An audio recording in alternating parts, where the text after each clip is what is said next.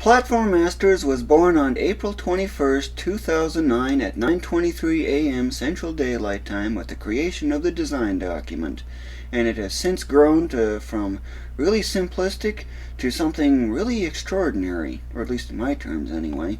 Throughout this 5-year anniversary video for Platform Masters, you will frequently see this screen throughout the Platform Masters 5-year anniversary video. There are two key sections. This section here details other things that I'm not going to really be saying, or might not I should say, and this area over here is all the key topics that I will be covering, just to cover the basics. What better way to start the anniversary than looking back at how Platform Masters actually started out and came to be. As you can see here, there are several topics and subtopics.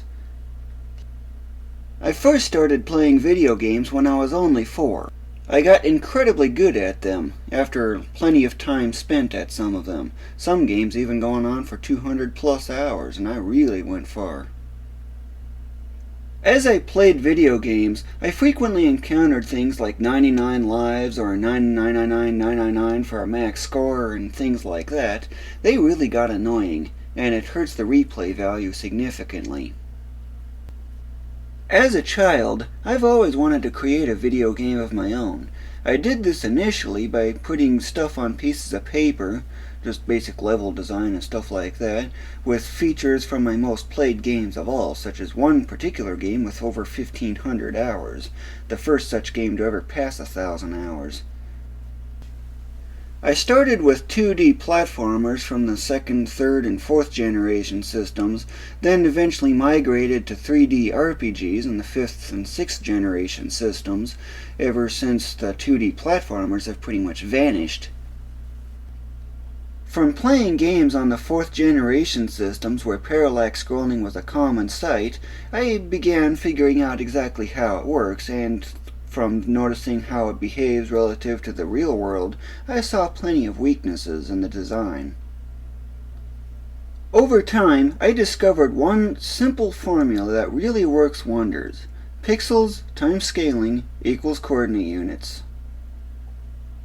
Through the use of my animated GIFs that I made back in 2003 and 2004 when I was going at them like crazy, I really mastered the design of parallax scrolling and really turned them into real 3D, or at least as close as possible with pure 2D objects.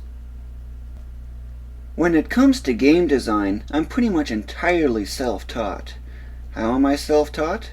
Mainly from studying other video games and seeing how they behave and work. Not only just how the characters move and how collision seems to be behaving and things like that, but also in the form of how debug mode in some games actually works as well, and the various features that these have.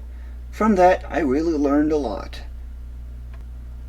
Perhaps the biggest difficulty with getting involved with game design was programming. It was confusing to look at with all the weird symbols, the semicolons at the end of every line, all the curly braces, the double plus sign with a semicolon after that, all that kind of stuff. What on earth does all that supposed to mean? But, came along for quite a while, things did end up changing. From when I got one particular game engine that used a language much like C, I finally got into it. Once I got the hang of programming, I wanted to make a program of my own, a very simple one, and thus the interactive animation was born. All you do in that program is adjust the speed and change the scaling of various objects and watching them move. It's basically after my animated GIFs that I made, so as a way you can understand the terminology that I use behind it. With the Supernatural Olympics a failure due to limitations in that game engine I used, I knew I needed to get it even more advanced, and thus I went into C programming, which I've rejected for over a decade because I never understood it. And thus, I remade the interactive animation, and it came out a whole lot better because I had a lot more flexibility than I didn't have before.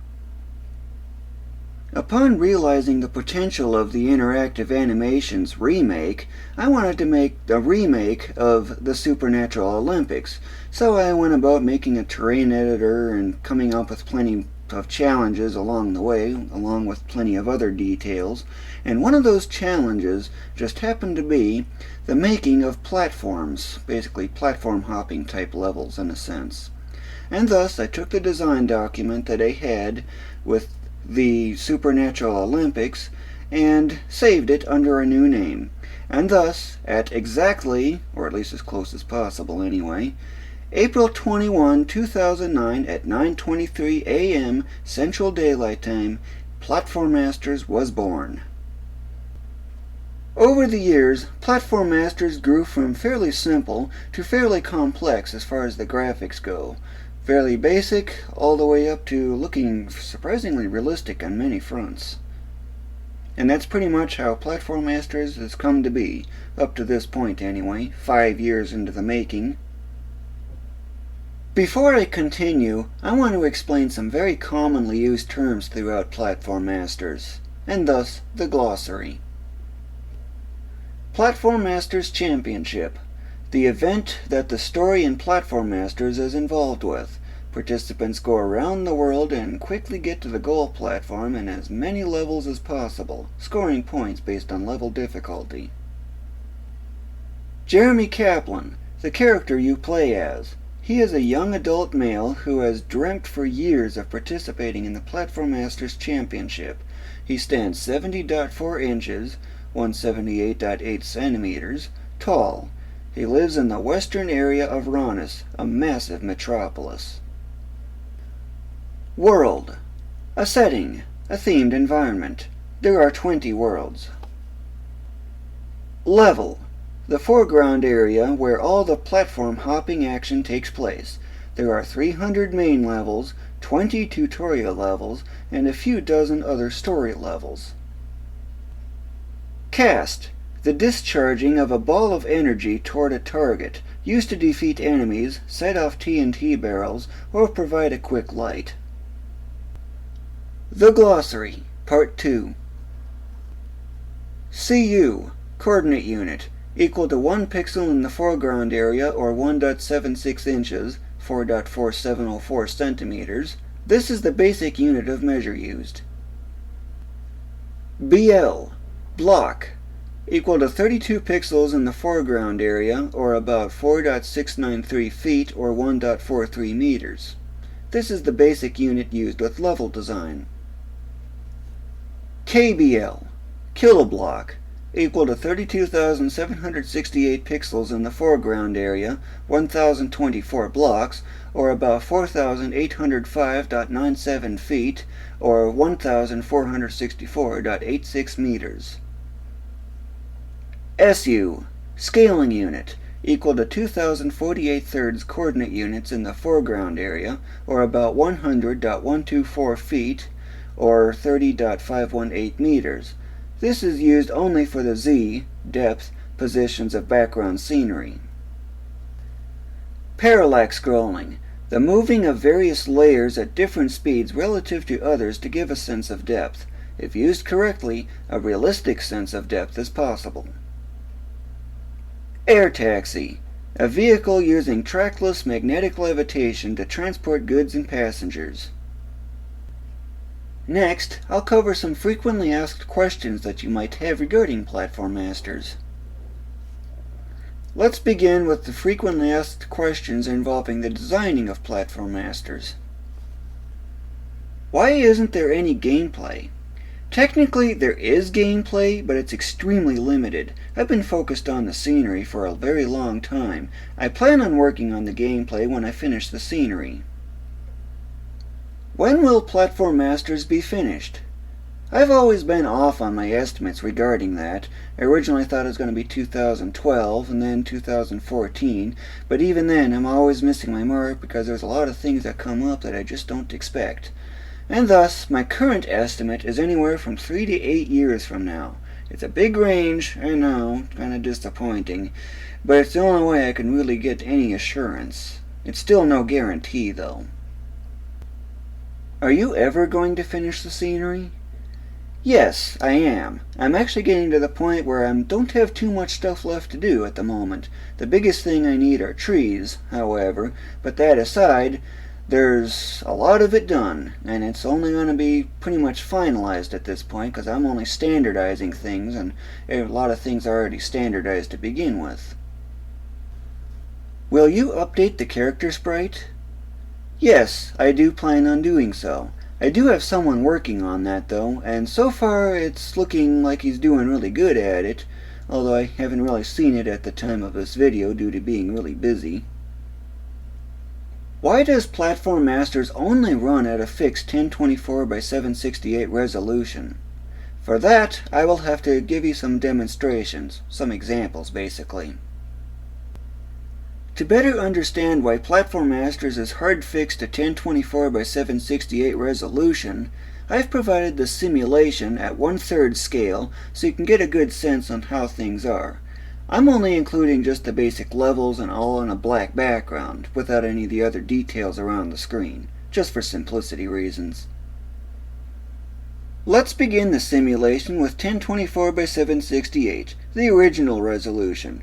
Here you can see plenty of detail, such as the start platform, the character, the water that's down below, and 2 different colored platforms for 2 different routes, basically. So, which route do you take? Do you take the lower, wetter route, or do you take the upper, drier route? If you were to increase the resolution to that of standard HD, you can see a lot more detail than you could have before, giving you more advantage to plan your route and which way you want to go. So, do you take this route over here, off to the right, or do you take the route over here to the left? Note that there's a spring there leading to something just barely visible there. I wonder what that is over there. At an even higher resolution, even more content becomes visible, such as this recovery heart here that wasn't visible before, and you can also see the stair step of sapphires right up here. Wonder what's over here, and I wonder what's over here. Have you decided which route you want to take yet? If you're one of those with the fancy new 3840 by 2160 displays, one of those 4K ones as they're actually called, you can see a huge amount of detail that you definitely could not see in the 1024 by 768 at all. Like there's a whole new section over here that you can see that's kind of winding back and forth. You can see an extra life over here, so well, given that this is unjumpable, given the checkerboard patterns, you can gauge that. So that means, hey, if I can get it one extra life, I'll take this route over here, follow that along the way, and then yeah, I can go get that extra life. So, have you made up your mind yet? Which route do you want to take? Do you want to go to the right, or do you want to go to the left? On the opposite end of the spectrum, if you only have 640 by 480, which is what mobile devices might have, some of the smaller ones that is, you're really at a disadvantage because you really can't see too much what's going on around you. And at 320 by 240, what's the point of even playing the game if you can't even see where you're going? Now, let's repeat this test from a different position. You might remember this. This is exactly in the very dead center of the level. With the higher resolution, you can see a few more details, although you can't really see too much else that can really help any. Crank up the resolution even more, and wow, you could really start seeing how the level is laid out pretty well. And if you're one of those with those fancy new 4K displays, the entire level is visible. Yes, you can now see the gold platform, and all you had to do was just jump. Yep. As you can tell here, there's another extra life, and there's a diamond over here, not to mention a ruby. More springs and other crisscrossing patterns. Now, can you figure out which route you need to take? It's not this route like you probably thought with giving this one up over here. It's over here, the lower route. And what do you know? You don't even go in the water at all. With a lower resolution, there's nothing to see at all. If you're one of those with those fancy new 4K displays, but I only use 1024 by 768 resolution and upscaled everything, you can see that everything will just end up very blurry because of it. Not to mention the fact that it's a far more GPU demanding to be doing that at this resolution. And thus, That's the very reason why Platform Masters is hard fixed to 1024 by 768.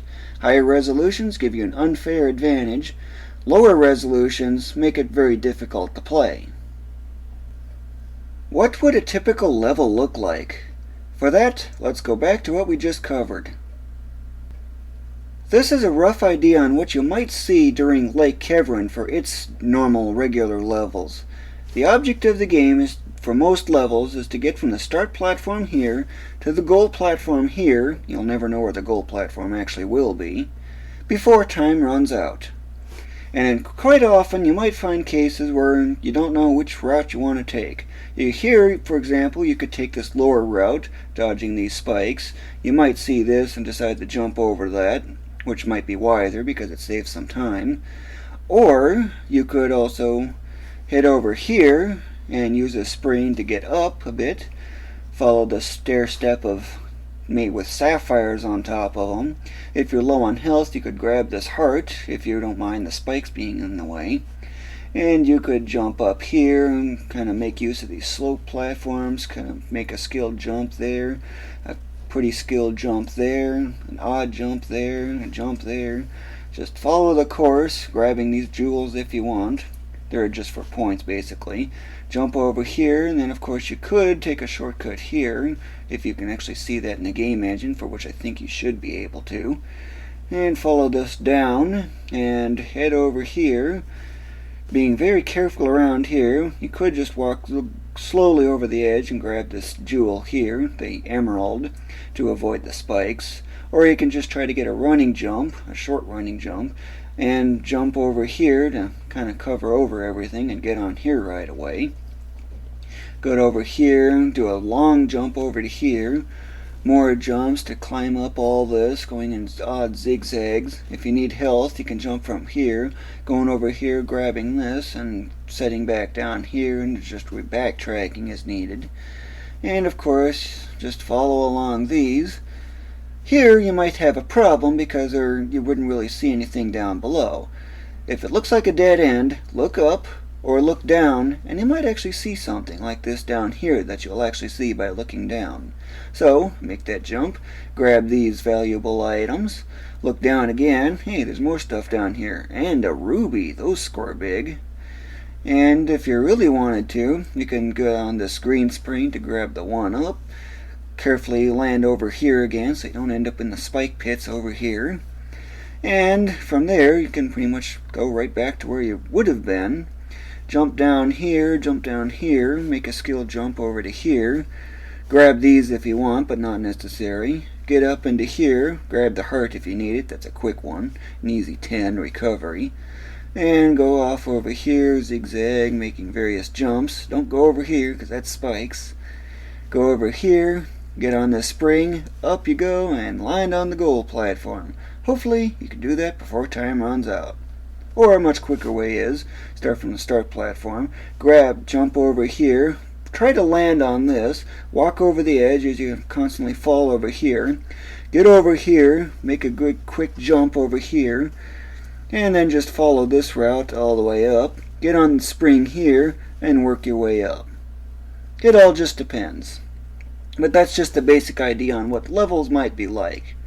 Of course, that's just one example out of over 300 levels. Care to figure out the rest? This is just an example. Will I be able to make my own levels? At the moment, I'm not entirely sure that this will be a possibility. I am considering it, although it is not official at the moment for an actual decision. I need to make a level creator of my own because I don't feel like typing in so many different values just to set positions of platforms and objects along them and stuff like that. It's rather time-consuming and not really self-explanatory or visual, and it's kind of difficult to test without stopping the game engine, reloading it, stopping it, reloading it, and so forth.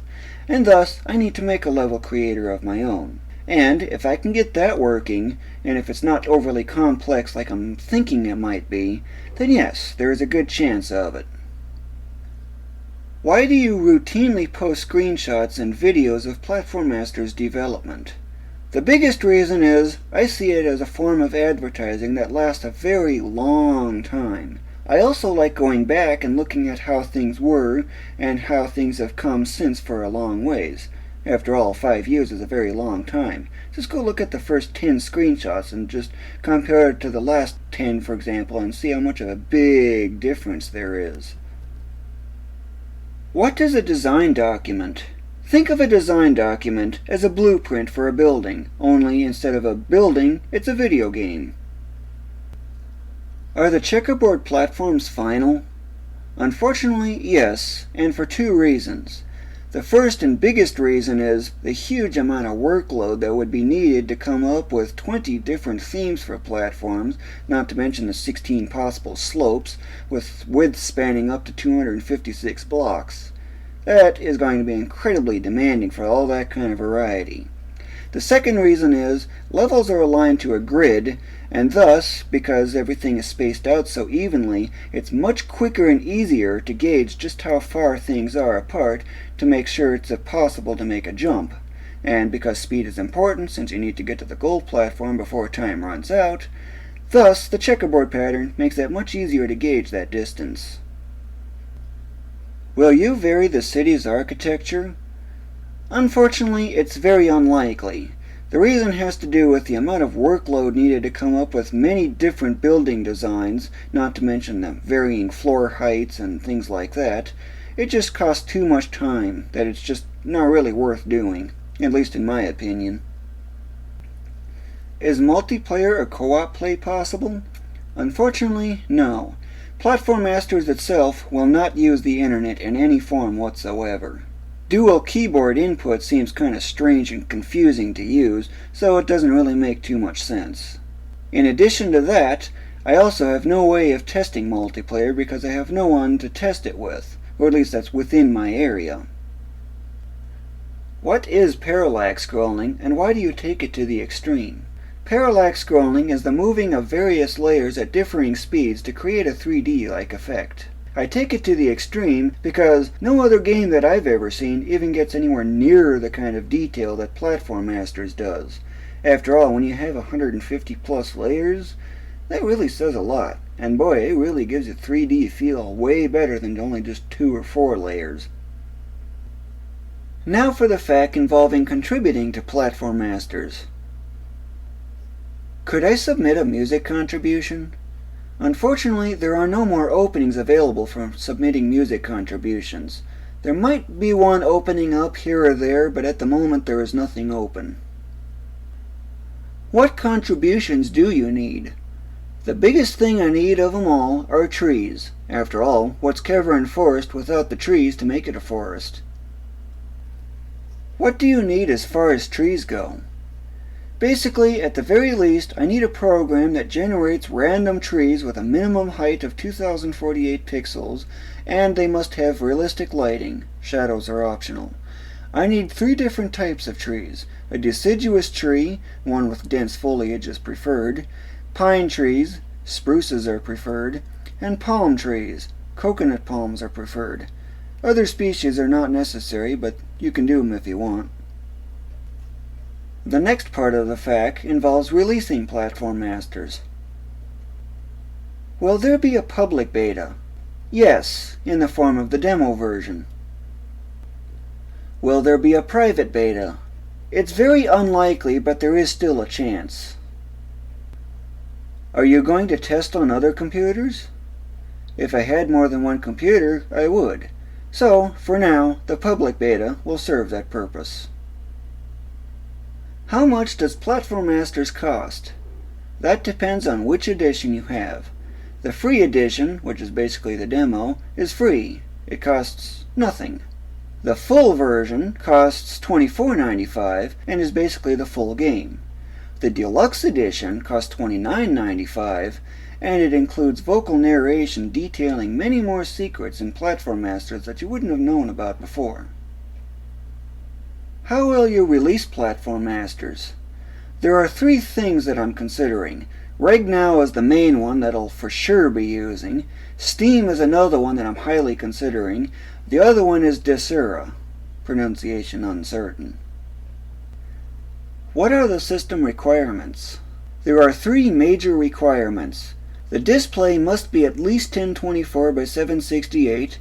Do note that 1280 by 720 does not work because there's not enough vertical resolution. The processor must be at least a 2 GHz Pentium 4 or equivalent. And your video card must be at least either a GeForce 6500 or a Radeon X1300. Why are the system requirements so low? I wanted Platform Masters to work on as many computers as possible. Why are you using uncompressed bitmap and Targa images? I do have a file format of my own, however, but having to recompress the images upon each change, it's just not really worth it. So, by using bitmap and Targa images all the way through, uncompressed, it's a lot easier to make any changes as needed. What system or systems will I be able to play Platform Masters on? At the moment, it's only for the computer. I would love to get it on a console, however. The next section is the fact involving playing Platform Masters. What is the story about? Jeremy Kaplan's two best friends from across the sea are unusually late for a barbecue they planned over a year before. Jeremy unexpectedly joins the Platform Masters Championship, his biggest dream, as he investigates what happened to them. Do the NPCs have any AI? No, they're pretty much static. Can I wander around exploring the scenery without repeatedly running out of time? Yes. Unlock infinite time and you can freely do that. Before you unlock infinite time, although you won't be able to have all the abilities, you can also play the tutorial levels. What are the stats and their limits? For that, I'll use another subsection. In this subsection, I will explain the stats. Lives is pretty much a video game standard since the classics. You start with 3 lives, and you can get a huge amount more. Get to the goal platform before time runs out. Sounds easy enough, right? It's even easier with infinite time. Of course, how you unlock infinite time, that's a different matter. You'll have to figure that out on your own.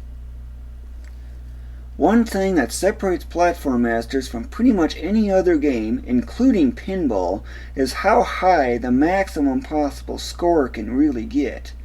Yes, that is one ridiculously long number, with 19 digits. It's going to take you 500 years at the very fastest possible scoring method that I'm aware of.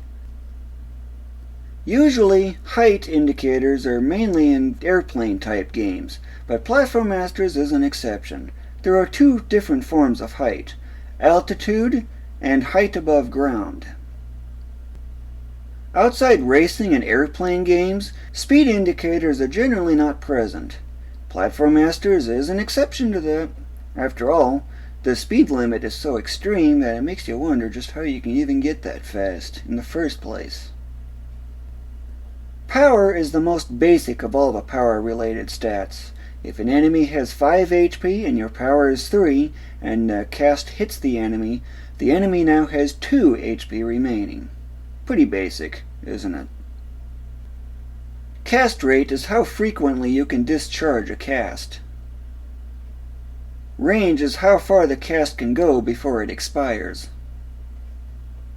Air is how long you could stay underwater before drowning. HP, hit points, after the RPGs, is basically your health. Jumping is perhaps the most commonly used of all the agility-related stats. The stat basically determines nothing more than the initial speed at which you jump from a level surface. Now declassified in celebration of 5 years of Platform Masters is the existence of mid-air jumps. The stat just determines how many mid-air jumps you can make. Top speed is pretty self-explanatory. It's basically the fastest you can reach from a dead stop on level surface, but there are ways to exceed that top speed. Acceleration is also pretty basic. It just determines how fast you can accelerate to your top speed. Braking is nothing more than a basic multiplier on your acceleration for determining how quickly you can stop. Will I have to grind stats a lot to advance? No, just advance as you see fit. Can I stream or record videos of Platform Masters as I play it? Not only do I allow it, I encourage it. How long will it take to finish the game? That depends on your skill level and how much exploring and grinding you do. For kind of an average non-grinder, I would probably say about 8 hours. How will save files be handled? You will be able to choose the destination you want to save your file to. Do objectives change? Sort of. Reaching the goal platform or defeating the boss before time runs out never changes, but what does change is that, as each new world is introduced, there are new gameplay elements introduced as well. Is there a leaderboard or ranking system? Yes, it's part of the save file.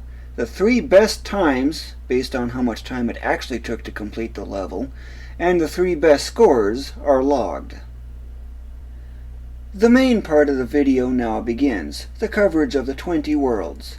Do note that in the extra detail section that trees appear in there very frequently. Although the overworld isn't really a world, it is very important to Platform Masters because that is how you navigate between the various worlds, and it is also where you do your configuration settings such as difficulty. Because I haven't worked on the overworld in several years, this is really all I have available, and note the extremely simplistic design that it has. After all, the general design kind of looks very similar to what's actually present, but there are a few things that are oddly different. Just to give you an idea, here's Jeremy's house, here's Ronis, that's World 2 and 1 over here. Ranisa Plains is World 3, really nothing new there. Keverin Desert is not going to be here. It's going to be a lot more inland over here, for example. Lake Keverin is kind of about in that area, and then it curves around over to Keverin Forest. I used to call World 7 Cruise Ship, but I changed it to Air Taxi once I thought of the idea, and it made a lot more sense. The cruise ship was intended to cruise at a constant 48 miles an hour, just so you know, in case you're curious. Keverin Reef is what I used to call it. Then it was changed to Centus Reef, and now Barugan Reef, but it's still basically the same idea. Carnivalesta is over here. Up in here is the Centus Mountains. Of course, this gap right in here is a lot less than what it actually will be. Train right here, which is now called Maglev Train, which leads up into Centus Caverns, or Moosin Mines, either one works.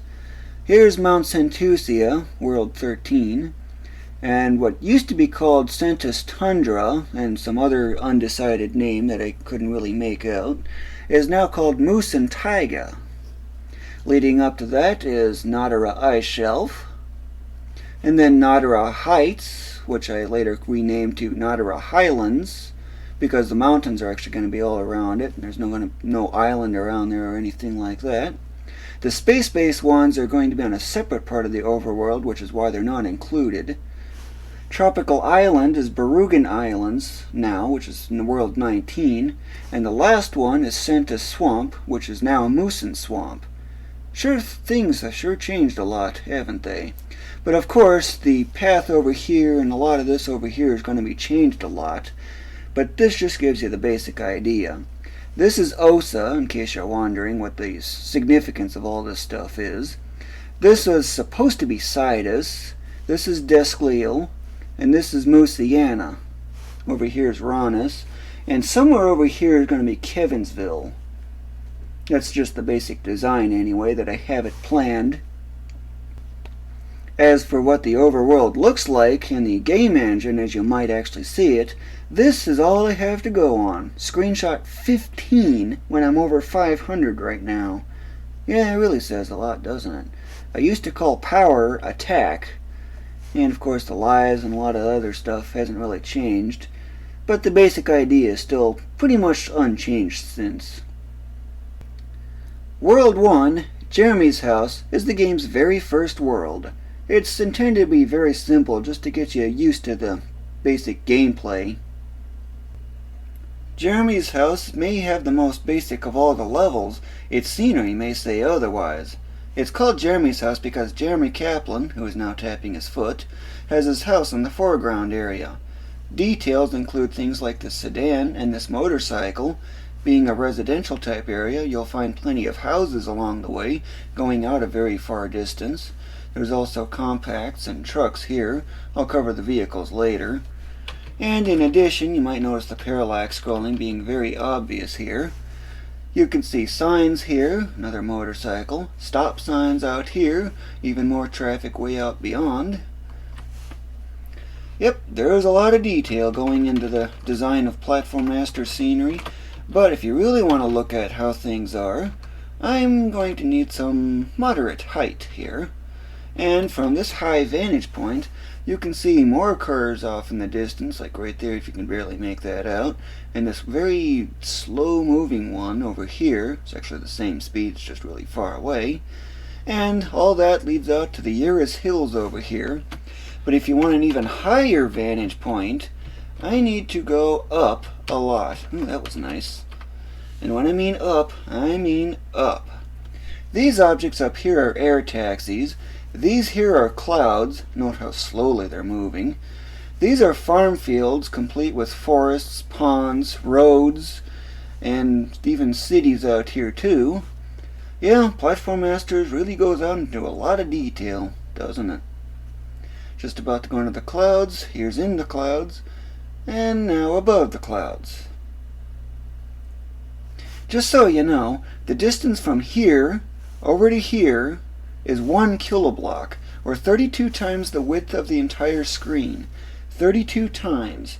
That's a really big distance when you think about it. More air taxis at their various flight levels that they have. And what's up above? Well, okay, that's a new platform. I don't remember that being there. Yeah, it's actually intentional. I put it in before I recorded this video. But that aside, here you can see the coast over here, and the turquoise to blue fade out there for the ocean. There's a big city way over here that's kind of hard to really make out. I do need to make those ground decals a little wider for the repeat widths. And yes, you can get insane speeds, past 999 mile an hour. Way past that. It's faster than Concorde. Good boy, what is all this stuff going by? I just hit that spring at the bottom, in case you're wondering. This is my debug menu. I just access it by pressing the M key. There are supposed to be icons over here and stuff like that, but I ran out of time before I recorded this video. To use the menus, I just simply press the down arrow key to move the arrow cursor, which is intended to be animated, and up to move it up. Pretty basic. Enter to select, and off I go to choosing the next world.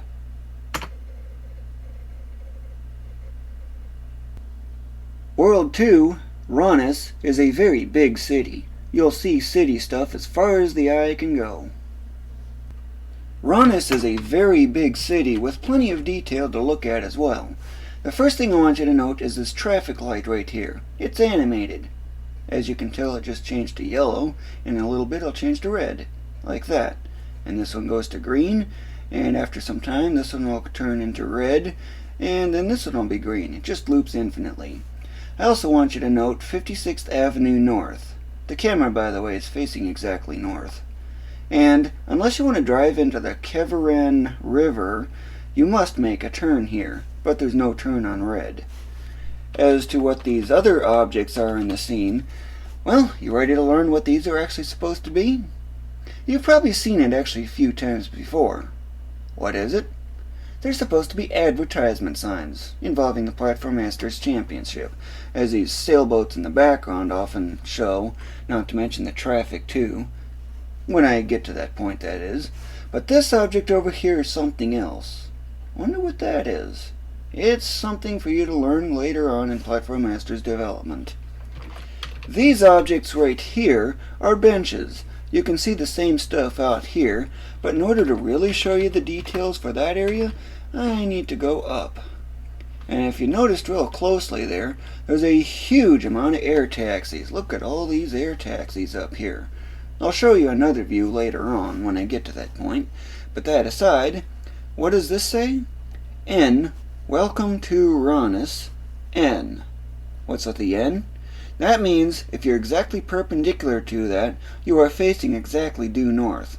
If you are on this side of it, you will see not a W from being on the west side of the building, but E because you're facing east when you're exactly perpendicular to it. It's pretty basic when you think about it. But notice how far out the city stuff goes. I wonder what all that is out there. Let's go up even higher. That was nice. Much higher up, you can really start seeing all the city details, not to mention the huge high-density air taxis. Here's one up close, here's another one up close. And look how far out all this city stuff goes out.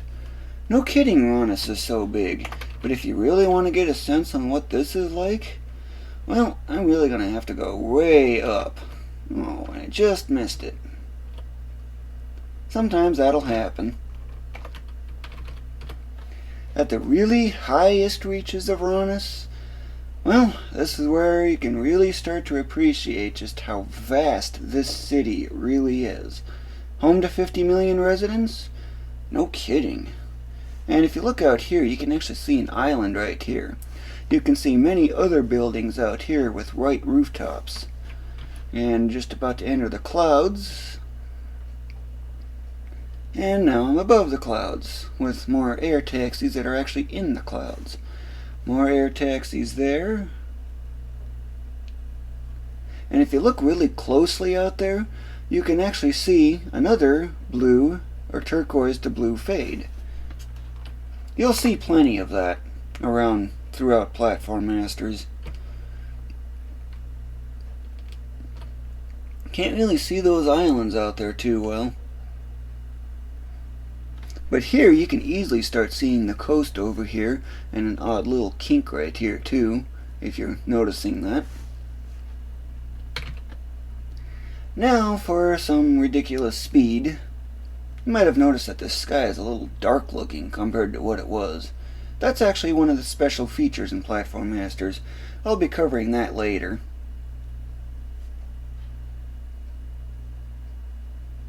Really fast, ain't it?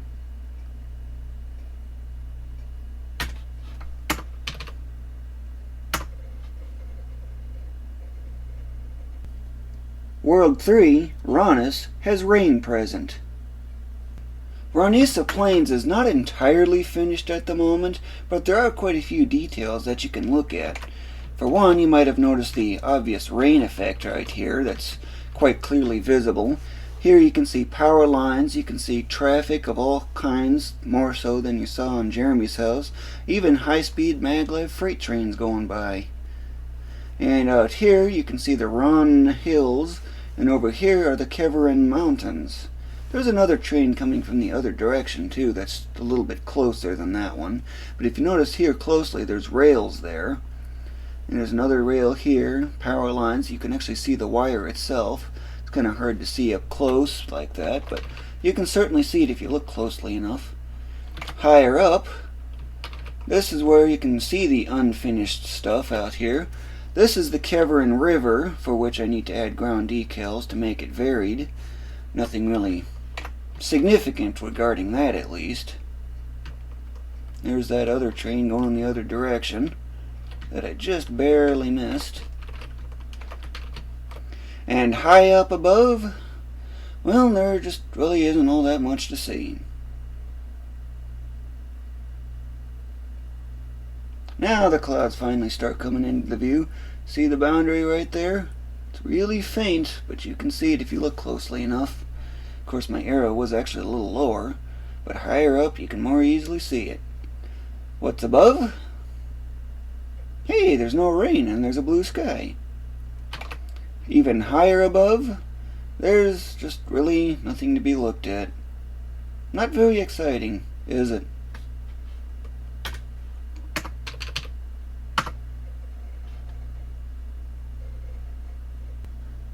World 4 is the first of the worlds with mountains peeking into the clouds. Keverin Desert is one of my favorite worlds because I really love the way these rock cliffs came out. They're really nice. But what do you expect to find in a desert? Sand dunes, perhaps? Oh, they're pretty common. What about that one particular prickly plant that you often find in deserts? Like these, for example. These are cacti. This is basically a saguaro type, and this is a barrel cactus. You don't want to touch those, though, because they're extremely dangerous. Fortunately, these are in the background, because if you notice, they don't move at the same rate as the foreground objects do. So, at least you're safe with that regard. So what else is there? If you look closely here, you can see another highway in the background. There are power lines here with more rails. Yes, you're going to expect to see maglev freight trains going by. You can see shadows being cast by these objects. Plenty of traffic. Here's one of those galactic groceries semis and a tank truck right here hauling hydrogen.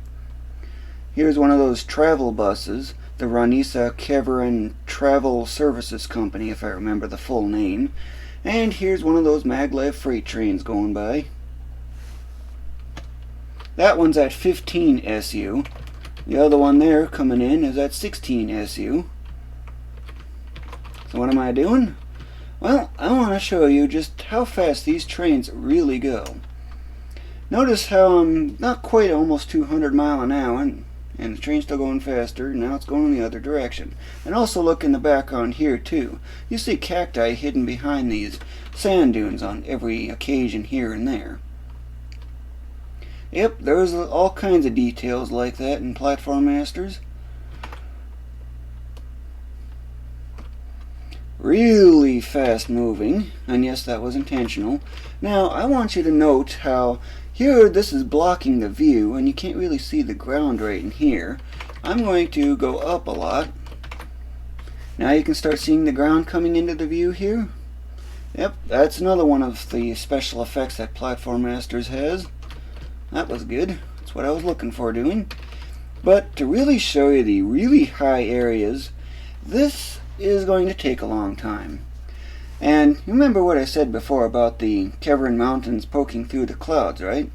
You can actually see that right there. See that cloud right here and the mountain just barely poking above it? Hey, greenery! What do you know? There's green in the desert. Even higher up, getting out of the clouds, you don't really see that too well, but there are still occasional peaks here and there that do rise above the clouds. Just barely. You have to look very closely, though. So what's with this greenery out here? Well, that's what I'm kind of waiting for at the moment. And while you're at it, watch the sky darkening as well. Why does the sky darken? Well, when you get out into outer space, there is no atmosphere to scatter the light. And thus, with no atmosphere to scatter the light, there's basically nothing really visible that's kind of obvious and stands out. That's just the basic idea of it, but if you look closely here, you can start seeing something else that's a little odd in here. But the higher you go, the thinner the atmosphere is and the less scattering there is, and thus the darker the sky gets. Get completely off the earth and, well, you kind of get the basic idea. But if you notice here more closely, you can see that it's pure sand right here, and it very gradually works its way out into pure grass. This, by the way, is Lake Keverin. It is very far away. Sure, 192 miles an hour seems like crazy when you're on the ground level, but at this height, right here, this looks really, really slow. And you're probably noticing these new details coming into the view too. Of course, with even more height, things will start to kind of change as well. And another detail that Keverin Desert actually has, here the ground is nothing but sand, and if you really get out far enough, you can actually start seeing it changing very gradually from the sand to the grass. I have to get a lot higher though in order for that to happen. Another thing to note is, these are farm fields way out here, but they are incredibly tiny. Just how tiny are they? Okay, the width right here, over to right over here, I'd barely even move the mouse cursor. That's just how tiny 32 times the width of the screen here has been reduced down to. That is insanely far. In fact, Keverin Desert has one of the highest visibilities of everything. 2048 scaling units. These out here, the farthest visible for the coast, that only goes out to 1408. Just to give you an idea on what else to look for, just to kind of give you the basic idea, here you can see cities and roads and other things much like what Jeremy's house had, just a whole lot farther away. Yeah, I'm going faster than the speed of sound now, and I'm just going to glide along, just to further crank up the last of the speed I need, and there's the max speed. 800 mile an hour, which is supersonic, really makes these things still slow. But that's because they're just so far away, it's almost amazing. But here you can really start to appreciate all the detail that's out in this very far off area. Not to mention all these far away clouds and other details in this super dark sky. Now, how would you like to see some ridiculous speed on the fall? Yeah, even from this height you can get some insane speed, and then some. There are still air taxis higher above, but they're just so high up that you don't really see them unless you take some special measures to get up that high in the first place. Yes, 2,000 miles an hour. They're still fairly slow, but they're quite a bit noticeable. There's that train. And above the clouds, and off to the next world.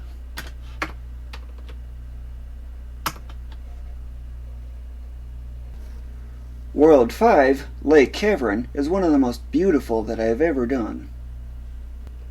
Lake Keverin is the second busiest of all the worlds in Platform Masters, and it's also the most beautiful creation that I have ever made. Being a lake, of course, means you're going to have plenty of water present, but this water's got more to it than you might realize. Getting up a little bit, you can start seeing some of the changes that might have occurred, but if you look right in here, note how visible the texture is here. Okay, right in there. And now it's right here. You almost can't even see it now. And I also want you to remember this particular sailboat too.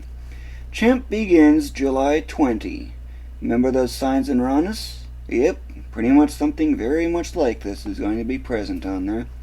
Scenic. I definitely want you to remember that for this particular world. Here's a gold platform, some various platforms and stuff like that. And it's just basically the basic idea regarding that. So what's underwater? I don't have a splash effect right now, but what you see are fish, the undersides of the sailboats, more fish, more fish. The hills are hard to see, or the Keverin Mountains actually. Here you can see the underside of that boat, and the barely visible underside of this one. Not to mention this amazing texture, and if you probably noticed, things got a lot darker. And they get darker still as you go deeper underwater. Yep, that's just some of the many special effects Platform Masters actually has. But if you really want to seek Lake Keverin in its glory, it's best to just go up, and a lot up. Out here you can see the turquoise to blue fade very well. The sailboats in their very high density. Of course, I'll be explaining the reasoning behind that in a while, in a short bit. The houses out here you can see, plenty of traffic as well. It's incredibly hard to see. The usual air taxis, and these are the Keverin Mountains. So what else is there? I need to go down so I can go up. Yeah, I know that sounds contradictory, but there's a reason for that, as you can tell by that big monster jump I just made. And from this vantage point, for which I came a little bit short on, you can easily see all the beach decals out here, such as these beach umbrellas, beach towels, the lifeguard centers. There's also lifeguard stands in here too, mixed in every now and then. Air taxi really close. And of course these are also dressing rooms too, in case you're wondering. The road is much more visible out here, but look how crowded this beach is over here. It's not the most crowded beach though. not even close. But if you really want to see the rest of the details up above, I really need to go up. Of course, going down doesn't really do much good, especially if it means a giant splash, but yep, that is possible. But as you can tell here, the Keverin Mountains are going out pretty much as far as the eye can see. There's not really much else to see up here, just clouds on the last of the Keverin Mountains, air taxis hiding into the clouds.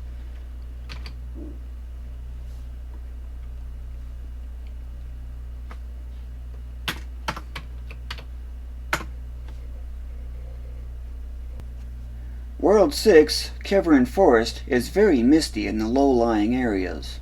It is also very incomplete due to the lack of trees. Thanks to the lack of trees, Keverin Forest is quite empty, but there are quite a few details to still look at.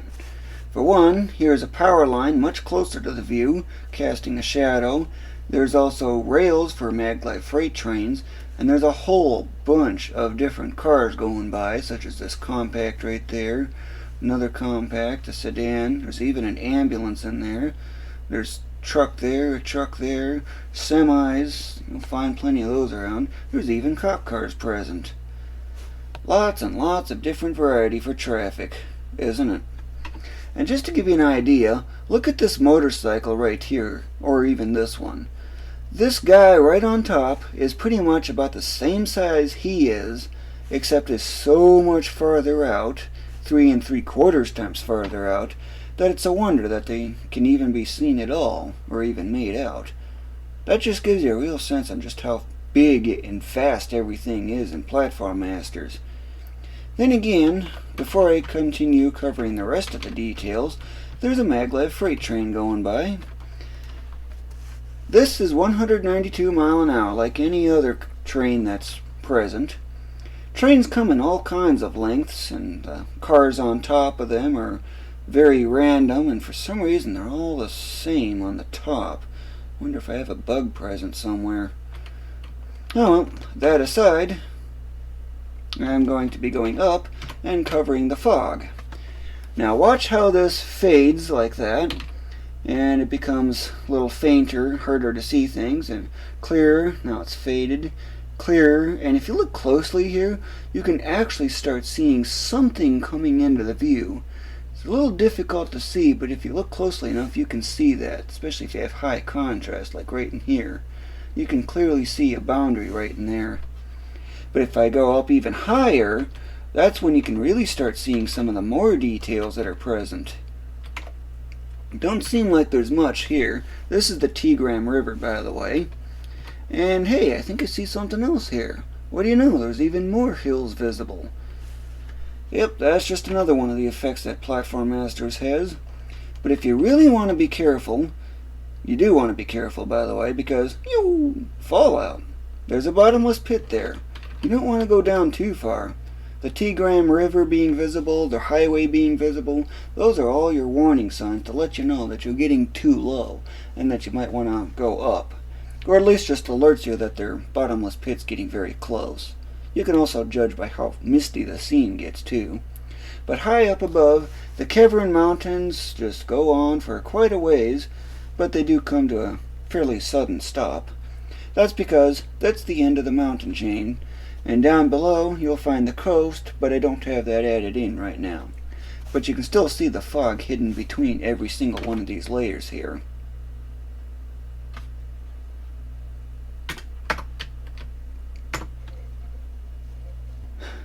World 7, Air Taxi, gives a good feel on what it's like to ride one of those air taxis often seen hovering up above. Although the scenery in Air Taxi is rather simplistic in a way, there's still plenty to look at, such as the sailboats going by here. Note the constant 96 mile an hour top speed. The reason for that is, you're actually riding one of the air taxis. This one is going this way, constantly 96 mile an hour. This is an air taxi too. It's static because it's also going the same speed as this one is.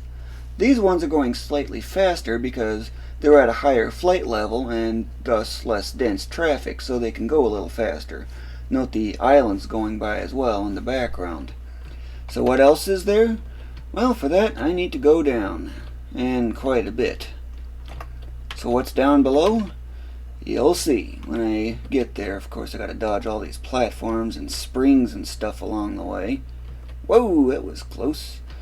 But you also don't want to go in that water. Why don't you want to go in that water? Easy. If you go in there, you'll have to swim your way all the way out to that island, and it's not very close either. That's 2 whole kiloblocks in the distance. It's, like I said, not close. But here you can easily see all the sailboats going by. There's some even closer into the scene as well. But this is something unique to Platform Masters. What is this? Well, it's a platform level, much like you've probably remembered before. I'll hide my debug panel so you can more easily see it. Down here you can see that there's parts underwater, much like Lake Cavern has the objects fading away. There's part of it just barely visible there. And this is one area you don't want to go in. Sure, it looks like refreshing water, no problem there. But the problem is this, spikes. That's a spike pit. Here's a ladder in case you're wondering what those look like. There's another ladder right in here as well. Start platform here, you gotta figure out how to get to the goal platform before this ticks down to 0, and this gets to a red sliver. That's just another example of what the levels look like. But if you noticed here, you saw that fading away a lot more, right? Get up even more and you can see it fading away even more. But, like I said, you don't want to go in that water because it's pretty much a death pit. Even higher up, there's not really much to really see. Just a whole bunch of islands going by. Clouds drifting by as well at a constant 96 miles an hour. But it's quite a nice view in a way, considering I like how this contrast is between the ocean over here and the sky up there. Going into the clouds and above the clouds. Pretty boring up here, isn't it? I'll bring back my debug panel so I can reference it for later.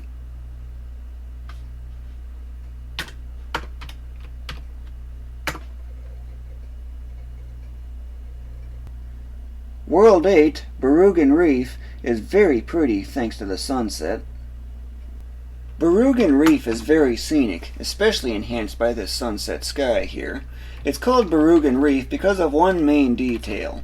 There is a reef right here, a coral reef. This is a coral, this is an urchin, this is rocks with plants growing on them, and there's a whole bunch of fish, if these fins here are any hint.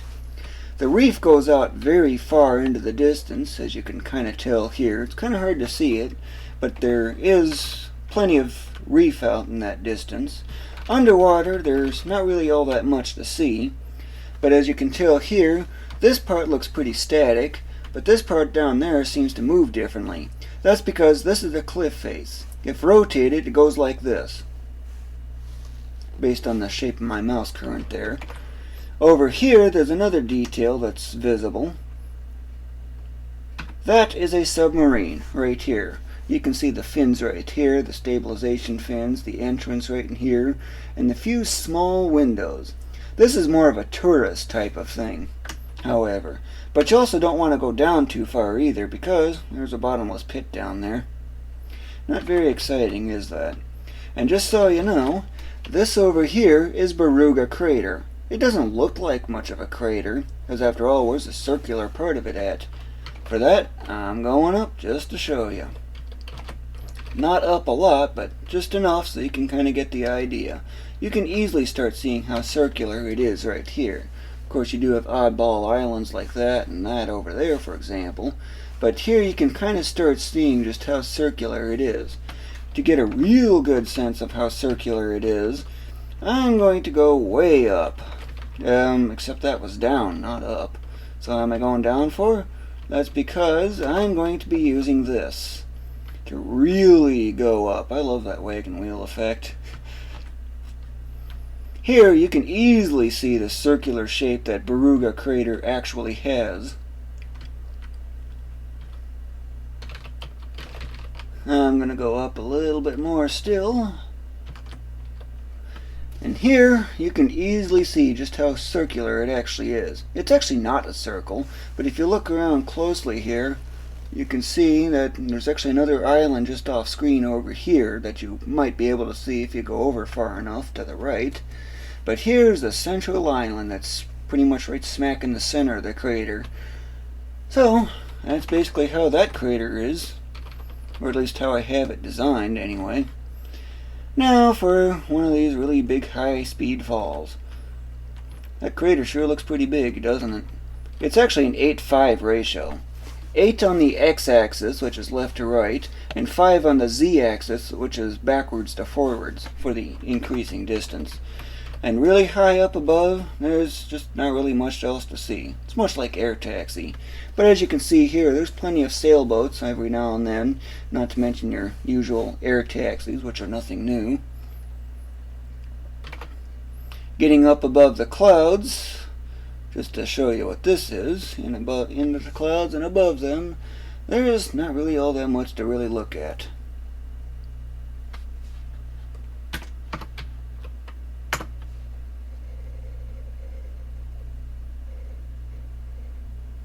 World 9, Carnivalesta, is central to the game's story and is absolutely beautiful.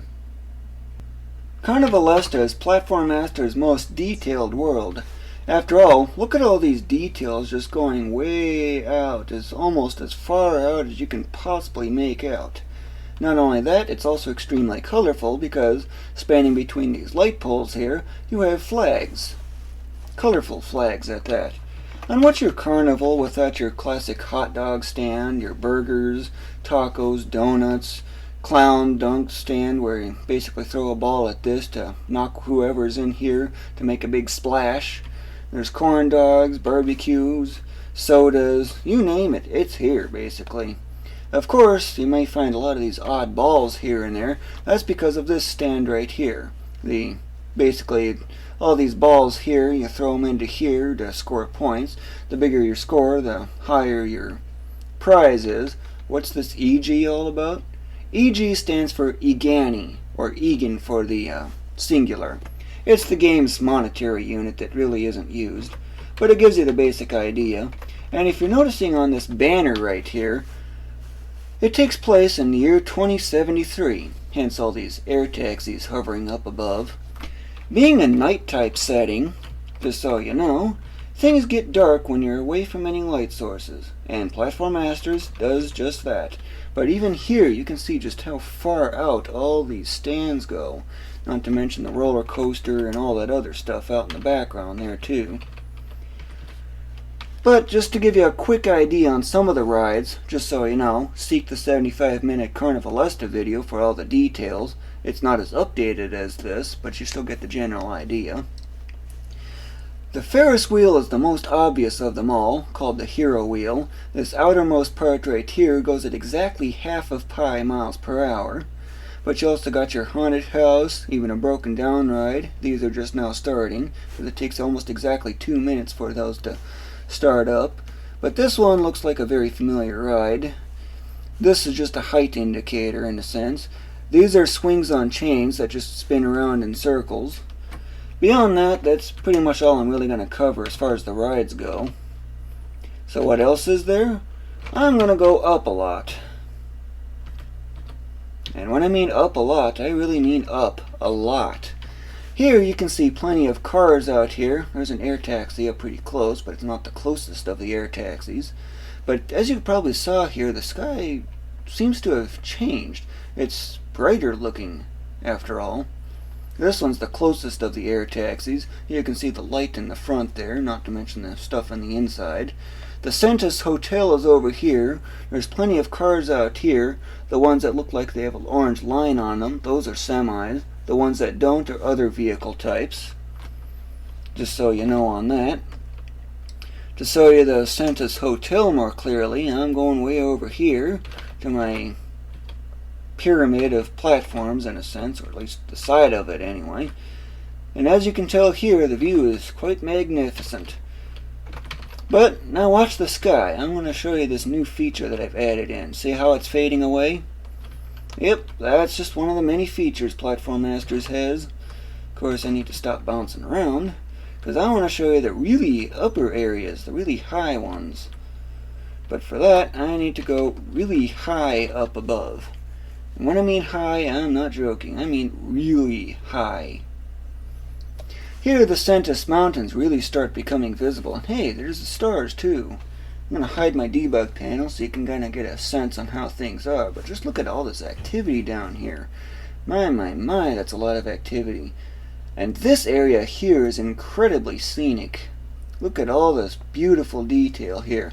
And the stars are getting even more visible. More and more visible. The higher you go, the more stars you can see. And right in here, if you look closely, you can see the W shape from Cassiopeia. The Polaris, the North Star, is right there. The end of the Big Dipper is pointing toward Polaris. That's how you can find north. I'm going to bring back my debug panel, and I'm going to go back down. Go down a long ways, actually. Yep, there's a lot of other detail that I would kind of like to cover as well.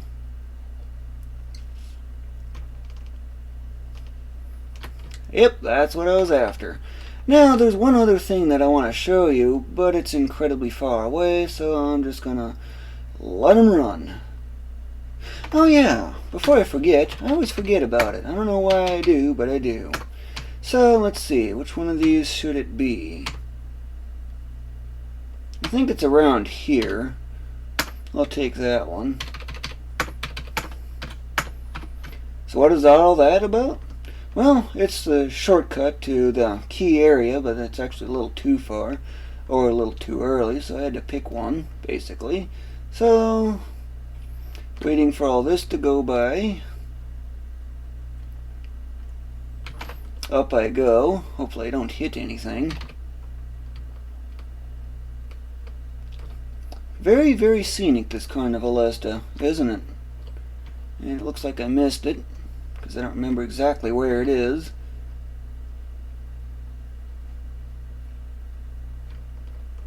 But I know it's around here somewhere. Come on, stop bouncing.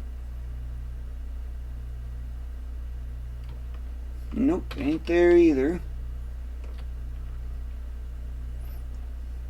But there is an object in the area here that I would really like to show you. That's where it is. I found it. It's so well hidden in a sense. But here, waiting for him to stop bouncing, you can see a cop car with animated flashing lights. It's kind of hard to see though, but if you look closely enough you can actually see it. Best viewed in full screen. There's actually a car here, a sedan, that's been stopped because it's stalled. The engine just won't start or something like that. I haven't really decided on a reason for it to be like that, other than just the vehicle is just stalled. But that's the main thing with Ulillillia that I would like to cover, but there is one other thing that I would like to explain too. If you look closely, if I get out of the clouds, there's actually a little sky dome right here. That's because there's Hersiak over there. I'm going to go make use of this. Go right back to the beginning. That way, I can use this platform over here to more quickly get to it. I have no idea why I tend to forget about that feature that I have put in my game engine to more quickly jump around.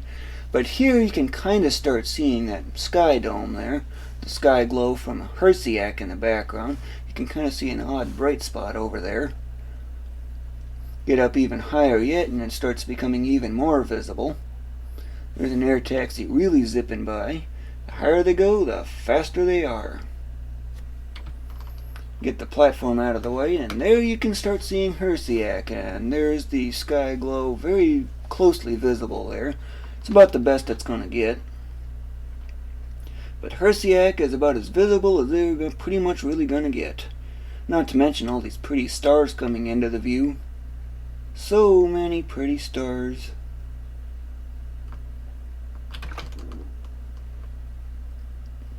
And when you really get up high, well, that's when the stars are easily visible. The higher you get, the more there are. Oh wait, I've already said that. Oh well, next world.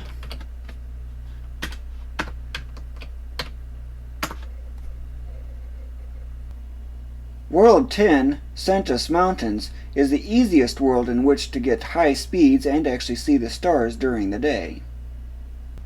The Sentis Mountains is my most favorite world, mainly because of how easy it is to get to extreme speeds, not to mention also see the sky darkening effect as well. Also, note, these mountains are very far away, but they look really big. That's because I'm surprised just how big these things really are. Just watch how slowly they move. That's pretty slow, isn't it? Of course, down below there's not really too much to see. Just watching them barely move at all. Okay, that was a bug. Yeah, it's actually a bug I've known about for a long time. But as you can see here, there's clouds drifting by. Looking down a little more, you can see a few more clouds drifting by, or a little bit closer parts of them anyway. And up above, well, there's not really all that much to see. And this terrain, by the way, is the only terrain that I actually have fully finished. Yeah, fully finished terrain. What's there to see up in this higher areas here? There's quite a bit that you can actually see. Of course, the farm fields are really starting to come out. But if you look closely right there, you can see a train. There's highways and freeways going by the area. That's not the area where the actual freeway interchange is, but you can see exit ramps and on-ramps over there. Let me get to a little bit better position. But if you look closely here, yeah, you can clearly see the on-ramps and exit ramps and stuff like that. That's Emerist over here. That city right over there is Emerist. But if you really want to see the amazing detail that this world offers, not to mention the extreme speeds, I'm going to go do that one special tricky jump. It requires extremely precise timing and circumstances, but if set up right, you can definitely do it. This is one interesting way to be climbing mountains, isn't it? After all, you might notice that the grass just went away and the terrain's now fading to pure white for snow. Dark because it's not really facing directly toward the light. But I need the finer precision at this point, because I need to jump right about there. Now all I gotta do is just let them bounce, and off I go. Such crazy speed, and these mountains are just barely moving at all.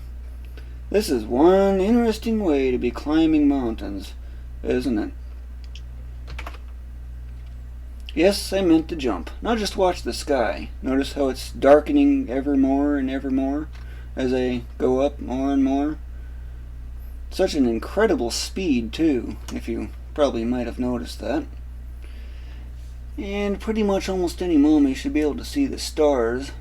Yes, that's right, the stars. If I see it, there's a star right there. There's another one right there. It's just barely visible because the sky is just barely dark enough to be able to see them. But I'm still going up where the sky is getting only thinner, so more stars will start coming out.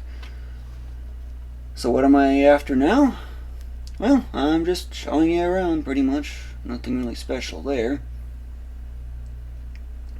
But even with this crazy speed, you can see just how slow everything moves. And if you look really closely over here, you can actually see ground decals between each of these mountains, the layers of mountains. But just look how high that is from one quick jump. And when I mean quick, I mean quick. It was just really fast, high on the speed. But wow, look at all these pretty stars. They really stand out now, don't they?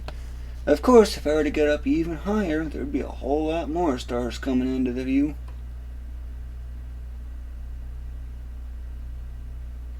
So what am I after? There's something else that I wanted to show you. One of my favorite areas, basically. Except that it's just a ways over. Yes, I know about that one feature with the terrain editor. But I don't plan on using that just yet because, well, I want a big high-speed fall, and I can't get that with that feature, that is. But I'm just about there. Watch the sky darken in real time now. It's very gradual at first, but it'll become very noticeable. Starting to see it brighten now. Still not very obvious just yet, but it's getting there. Yep, now I can start seeing it in real time. Noticeably so in real time. But just look how fast these things are going. My. And I just hit something. The side of a mountain, basically, is what I hit. Now I just need to come to a complete stop.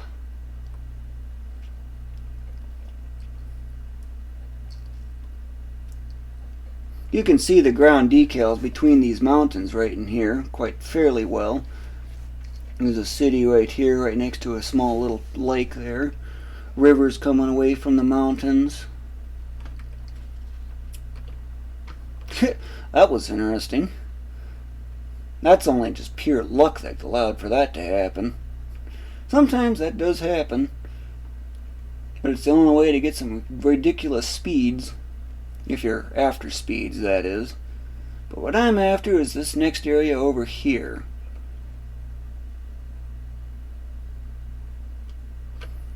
Should slam on the brakes. Takes a while to slow down with all this incredible speed. But I'm just about there. It's my favorite area of the Sentis Mountains. Of course, it just figures I have to have a cloud in the way. So I'll just jump around to kind of show you along. But you can see this big city here, right? This is Ryanara. This right here is Lake Ryan. When the cloud's clear, you'll be able to see that. You can see bridges spanning across the rivers here, just bouncing around randomly to kind of pass the time. Just about there. Now I just need to come to a stop. Yeah, I know I'm still speeding up, but that's because here you can see a suspension bridge crossing over Lake Ryan. Not to mention the fancy hair, if you will, if you want to call it that. I just like the way that pretty much came out. You can see all kinds of rich, fine detail in there. And I think if I remember, the train coming from the left comes from there. Yep, I see it right there. There's the train right there, just coming into the view. And now it's crossing over the bridge at an incredible speed. And speaking of incredible speed, there you have it.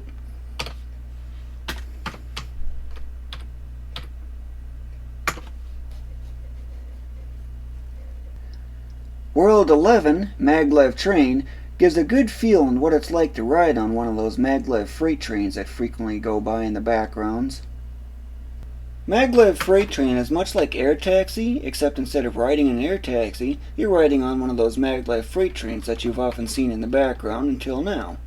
There is quite a bit to see, mainly traffic, for example, like school buses, tow trucks, motorcycles, compacts, sedans, semis.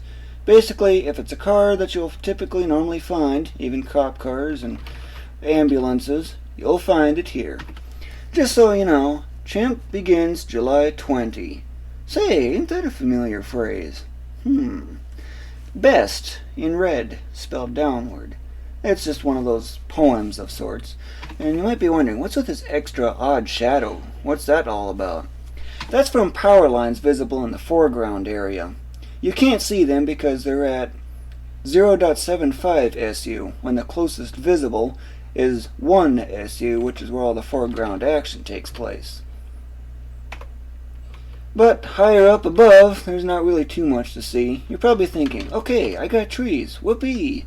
Except these aren't really the best quality trees that Caterpillius made, considering he's updated them since, but this is really the only thing I have available involving trees. So they're pretty much just placeholders at the moment. What else is there? The Sentis Mountains really stand out over here. You can see them pretty well out here, just cruising by at a non-stop 192 mile an hour. There is another maglev freight train that's about to go by. I'm just waiting for it at the moment. It should be coming. There it is. Look at it just zipping by at an incredible speed. Why is it so fast? Okay, your train is going this way, 192 mile an hour. This train is going this way, 192 mile an hour. It's going by 384 mile an hour for the equivalent, in a sense. It's really something. But is there an end to this train? Oh yes there is. It'll take a while to get to. It figures that platform had to be in the way to kind of mess things up a bit. Gliding along at an incredible speed. Yes, this is really what 400 mile an hour looks like. Boing. And yes, even the cars, train cars, are stacked 2 units high, as you can see there. Not to mention your other empty cars and tank cars, your 5 colors of box cars. Where's the end of the train at? It's nearby. I'm getting over to it very gradually, and there it is. That's the end of the train. But be warned, do not go over the edge of the train, because if you contact the track, it's zap and it's instant death. So be very careful. At the moment I don't have that functionality, so I just made it a bottomless pit instead. Higher up, there is not really much else to see, but there's going to be cities, farms, and a lot of other details out in that area too. But Maglev Train, gets its real glory and detail when you really get up incredibly high. That's because you have all these mountains and stuff in the way. If you're noticing that air taxi, it looks like it's pretty much dead static. Yep, that's because the train's going exactly just as fast as that particular air taxi is. Isn't this such a lovely view? There's not really much else to see here, however.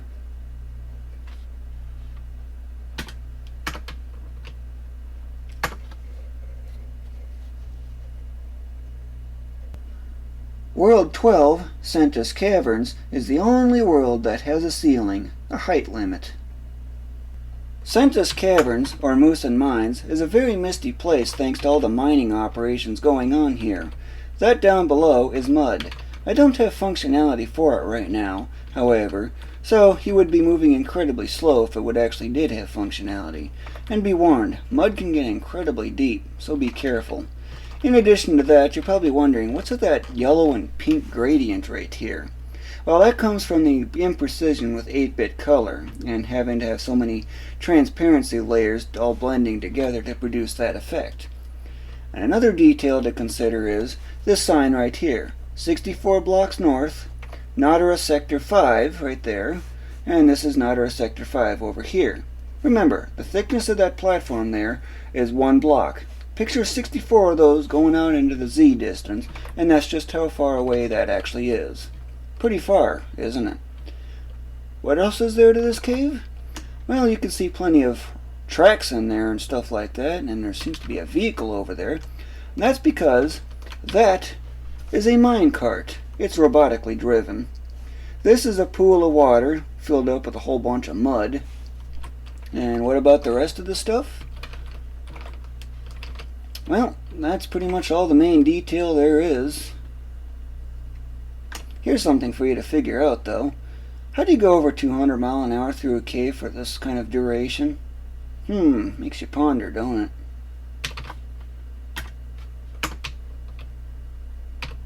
it? World 13, Mount Sentusia, is super hot thanks to the massive lava lake.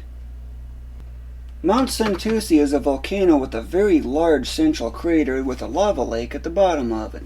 If you look very closely, you can see the lava is moving, but these are not, and there's a very nice rigid-looking texture for the lava as well. To show you the basic idea on how this world is laid out, you can also see that more islands like those are in the background over here, and this over here is the rim of the volcano's crater. The pattern basically goes like this. Scaled down a lot, but scaled down up even more, and it goes something like that, just to get an idea. Here, I'll show you. And by the way, you don't want to go in the lava. I don't have functionality for it right now, however, but lava can get pretty deep. Up above, well, there's not really all that much to see. Hey, there's blue sky there. And the mountains from the Sentis Mountains. Isn't that a nice view? You can see that it's pretty dark out there because it's facing away from the light source, that star in the sky you're all familiar with. And if you look very closely here, you can see ground decals between these mountains, much like what the Sentis Mountains have.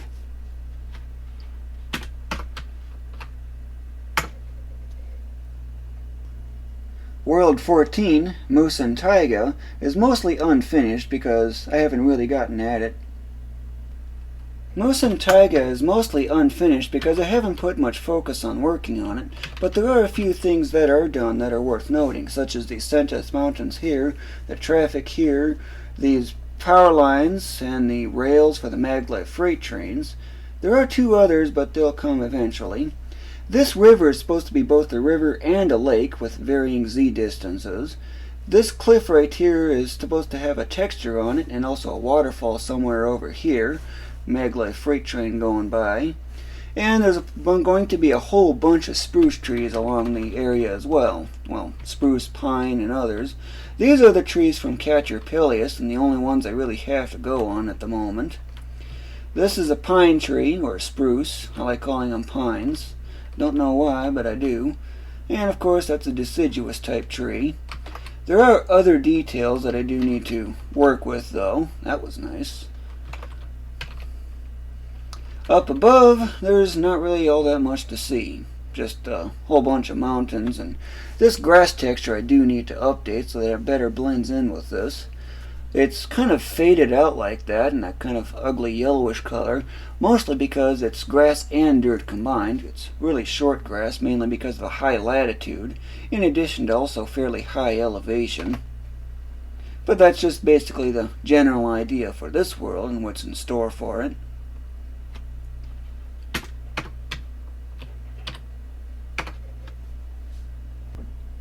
World 15, Nadara Ice Shelf, is the first of the icy-themed worlds. At first glance, Nadara Ice Shelf doesn't seem like it's got much in the way of detail. Clearly you can see the sky here and some clouds here, and this giant iceberg that's drifting along in this icy cold ocean that you definitely don't want to be touching. But if you go up a short distance, you can start seeing some new details. But one thing I want you to note is, right here you can't really see the top of the cliff, but if I simply jump, you can start seeing some of that detail coming into the view. Or looking up and down, you can see that more clearly.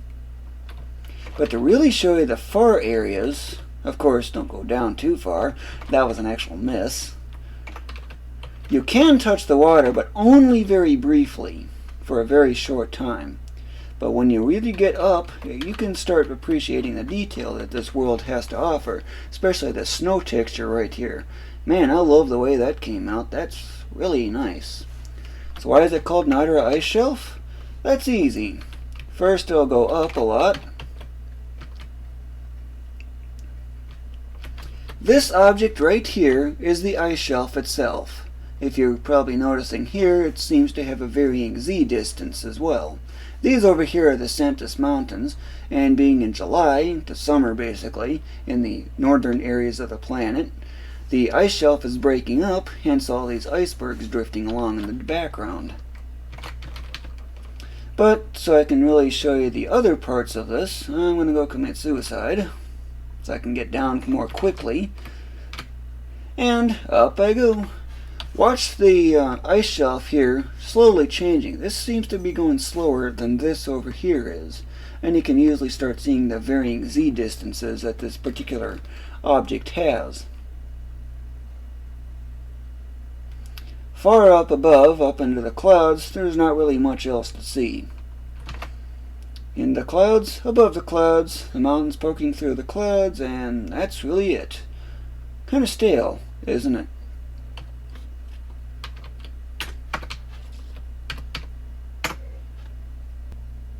World 16, Nadara Highlands, has a big blizzard going on, thanks to blowing snow and high winds. Nadara Highlands has a blizzard going on. At first it don't really seem like there's much in the way of detail for snow, but if you look right here you can see the snow. Pause the action, you can see the individual snowflakes. Advance one cycle at a time and you can kind of see it moving, but just barely. 4 at a time, it's really clearly visible. And 16 at a time, it looks more like a random mess. Also, down below, this area here is going to be changed quite a lot, so I can reduce the visibility significantly, so it's actually more like a real blizzard instead of a basic snowstorm, as from blowing snow in this case. This will be a river instead of a channel, but you can clearly see roads going by out here. Up above, there's obviously the clouds that are surprisingly close. There's a reason for the clouds being so close like that. That was really close. As you can tell here, the clouds are slowly drifting along, and there's platform activity in the clouds. That's what's so special about Nodder Highlands. If you look at the character closely, you can see him fading in and out repeatedly with the clouds as they clear out and go from there. Up above, you can clearly see the platforms kind of hiding away in the clouds. And even higher up, it's pretty much all just the same subject. I'm going to go commit suicide just so I can speed things up a little bit. Noticing the high speed there, passing 600 miles an hour. And really high up? What is there up above all those clouds anyway, besides nothingness? Hey, there is actually something there. What do you know? Those are the Santos Mountains, in case you're wondering. There's plenty of detail where these are. I'll give you a quick tour on this, just to give you the basic idea. These ones are very close to the scene. And these ones way out here, actually it's these ones right there, you can barely make them out. Those are much farther away from the scene. There's another layer right in here, but you don't see it for some time.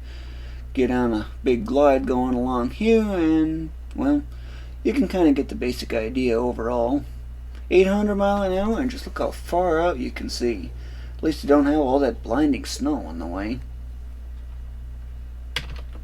Care for a really high speed fall? I love high speeds.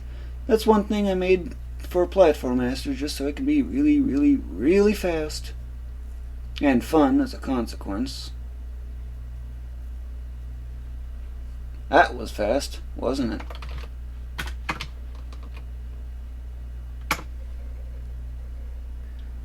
World 17, Earth Space Base, has Platform Master's farthest moving object at 131,072 scaling units. It's called Earth Space Base because Earth is in the background, and base comes from the fact that these are residential centers, commercial centers, or scientific laboratories. The entrance is right here, although it's kind of hard to see that. It's also space, which means low gravity. Any jumping and abilities that manipulate gravity are significantly modified in how they behave, but there are a few other details worth noting, such as elevator off in this direction, 80 blocks. There's also a commercial center, there's farming, there's a laboratory, an observatory, that's what this is over here, and a residential sector. In a way, it's pretty detailed when you think about it, but there's something I want to do else, but I need to get up a bit first before that can happen. So I need to stop bouncing. And off I go. What is this piece right here, this info right there? That's actually latitude and longitude indicators. Johannesburg, South Africa, with the latitude and longitude given. If I go over quite a ways more, you'll see another one of those coming into the view. Right here. Myridra's Space Bases. Ball for Earth, dome for Sol 18 representing the space base and its identifier. And get ready to watch the Earth. Boom. Hey, the Earth just moved. That's interesting. Yep, that's one feature about Platform Masters that makes it stand out. Even the most farthest objects actually move, except for the stars. That was interesting. I just hit that slope right there and just bounced upwards, almost straight up, getting rid of the horizontal speed while I was at it. But what I'm after is something over here. It does take some time for me to find it because it's kind of interwoven, mixed in with all these buildings. It's a pretty big space base when you think about it. Earth's about to move again. Speaking of which, there it is. That's something I've already covered, so I'm going to skip over that and just keep on cruising. In fact, I'm just going to get on the ground and start slamming on some brakes. Of course, I jumped too high there. Now, you remember this, right? Kind of a familiar kind of thing, right? Champ begins July 20. There's another one of those instances. Platform Masters, will you be the world's next platform master? But there's something else mixed in with that. What is it? See it live for 2,000 Igani. Yep, that's just another little detail that I got. And another interesting detail about this particular world, for which I need to come to that starting area more closely.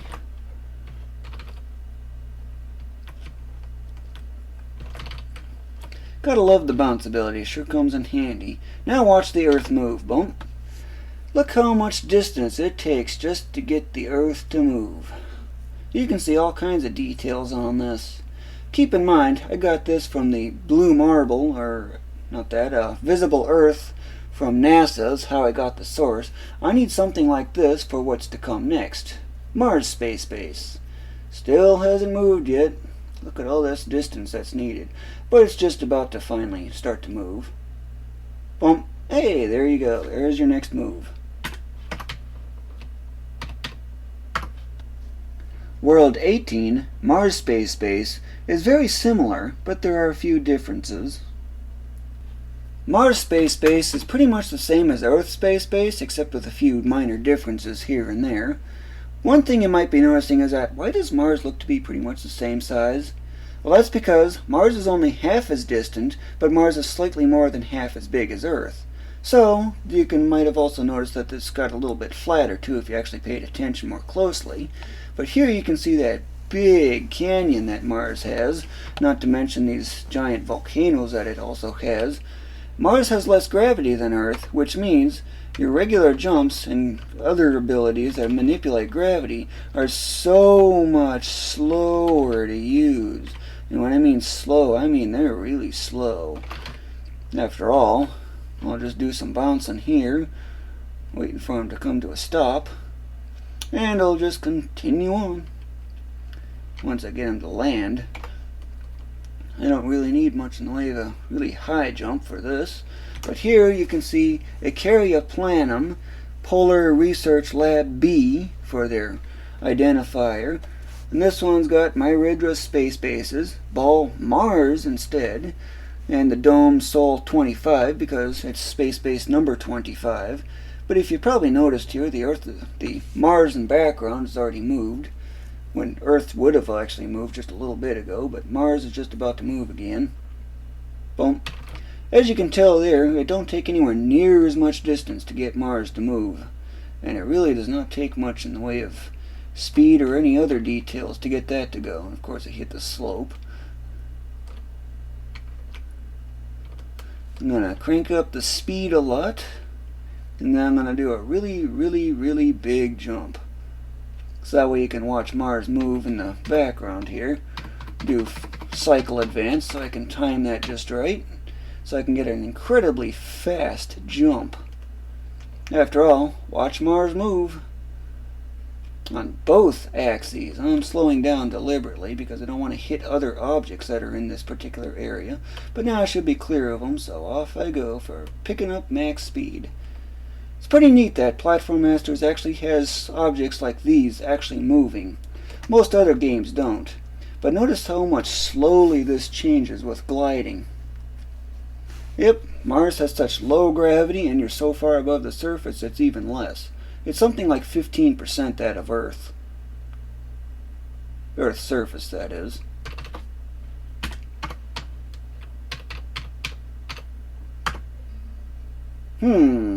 Whenever you see this kind of thing, you know there's a big problem. When you see this section right here called Crash Report Details, all you gotta do is tell me this information as you see it. This way I can quickly make the corrections. Immediately report anything like this. Obviously you don't need to do that in this case, but it looks like images can't be found. World 19, Barugan Islands, is the first of the hidden worlds available in Platform Masters. Unlocking it is pretty easy. Barugan Islands is a secret world that takes a little more effort than usual to unlock, but it doesn't take too much effort. What about those errors that I just had? Well, it was because I had old images that I deleted because of changing the way the islands were designed, so I needed to just simply comment them out to get it to load, and that was really all I need. For now, the islands out here are actually just nothing more than placeholders. You can see the sailboats out here with the lights on them, the usual air taxis, and a whole bunch of stars in the background. Up above, well, there's just not really all that much to see. Just a bunch of clouds and really dark view. There are going to be a lot of other details added onto this, but that's really about all I'm going to be doing. What's down below? That's for you to figure out and discover.